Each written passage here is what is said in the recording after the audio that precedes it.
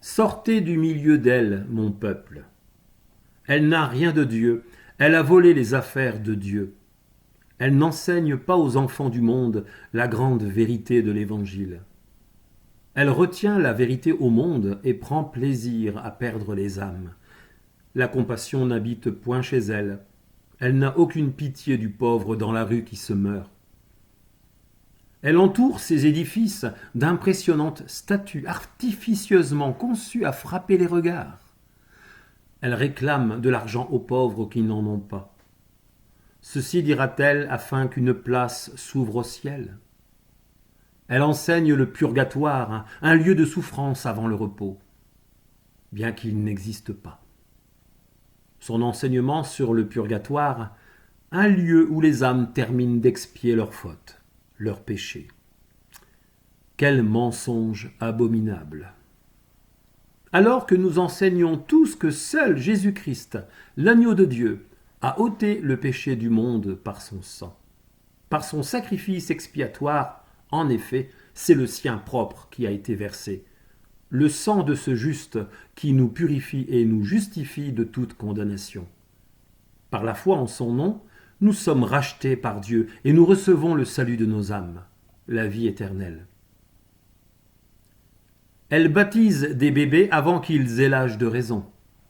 Elle pratique ce qui est contraire aux Écritures, autrement dit, ce qui n'a pas été prescrit par les Écritures. Elle impose le célibat aux prêtres, aux évêques, alors qu'il est biblique qu'un prêtre, qu'un évêque soit mari d'une seule femme, tout en exerçant un service dans l'Église. Cette parole est certaine. Si quelqu'un désire d'être évêque, il désire une œuvre excellente.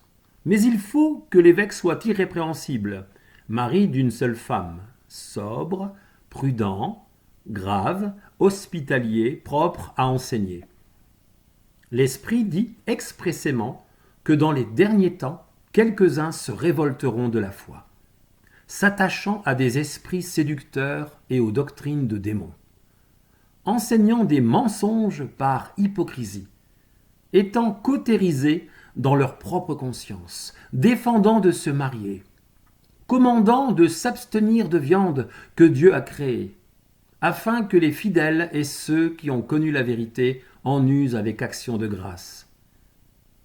1 Timothée chapitre 3 versets 1 à 2 et chapitre 4 versets 1 à 3.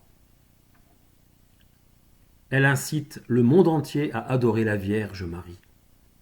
Alors que nous savons tous que cette Marie était une simple femme, vierge assurément, mais choisie et bénie entre toutes les femmes, qui a permis de mettre le Sauveur au monde.